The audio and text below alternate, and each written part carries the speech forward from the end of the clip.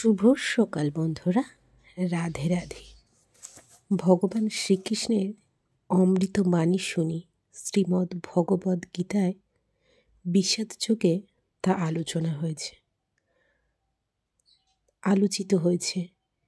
হে জনার্দন, যদি এরা রাজ্যের দ্বারা বা রাজ্য লাভের দ্বারা প্রভাবিত হয়ে কুলক্ষয় জনিত দোষ, মিত্রদ্রোহ নিমিত্ত পাপ লক্ষ্য করছে না, কিন্তু আমরা কুলক্ষয়জনিত দোষ লক্ষ্য করে এই পাপ কর্মে কেন প্রবৃত্ত হব?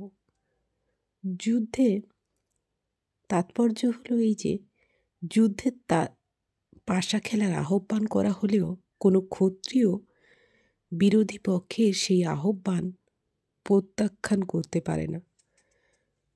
দুর্যোধনের দল সেই যুদ্ধে অর্জুনকে আহ্বান করেছিল, তাই যুদ্ধ করতে অর্জুন বাধ্য ছিলেন। এই অবস্থায় অর্জুন বিবেচনা করে দেখলেন যে তার বিরুদ্ধ পক্ষের সকলেই এই যুদ্ধের পরিণতি সম্বন্ধে একেবারে অন্ধ হতে পারে, কিন্তু তা বলে তিনি যুদ্ধে অমঙ্গলজনক পরিণতি উপলব্ধি করার পরেও এই যুদ্ধের আমন্ত্রণ গ্রহণ করতে পারবেন না। এই ধরনের আমন্ত্রণের বাধ্যবাধকতা তখনই থাকে যখন তার পরিণতি ভালো হয়, অন্যথায় এর কোনো বাধ্যবাধকতা নেই। এইসব কথা সুনিশ্চিতভাবে বিবেচনা করে অর্জুন এই যুদ্ধ থেকে নিরস্ত থাকতে মনস্থির করেছিলেন।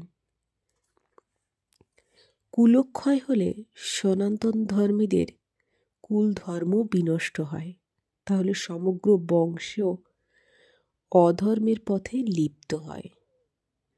বর্ণাশ্রম সমাজ ব্যবস্থায় অনেক ধর্মীয় রীতিনীতি আচার অনুষ্ঠানের নির্দেশ দেওয়া আছে,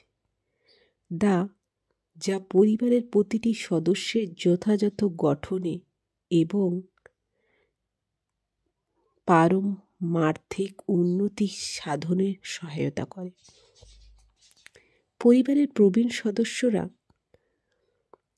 পরিবারভুক্ত অন্য সকলের জন্ম থেকে আরম্ভ করে মৃত্যু পর্যন্ত এই ধরনের শুদ্ধিকরণ সংস্কারের দায়িত্ব পালন করে থাকেন, কিন্তু এই সমস্ত প্রবীণ সদস্যদের মৃত্যু হলে শুদ্ধিকরণের এই সমস্ত পারিবারিক প্রথা বন্ধ হয়ে যেতে পারে, আর তখন পরিবারের নবীন সদস্যরা অধর্মোচিত আচরণে লিপ্ত হতে পারে। তার ফলে তাদের মুক্তির সম্ভাবনা চিরতরে বিনষ্ট হয়ে যায়।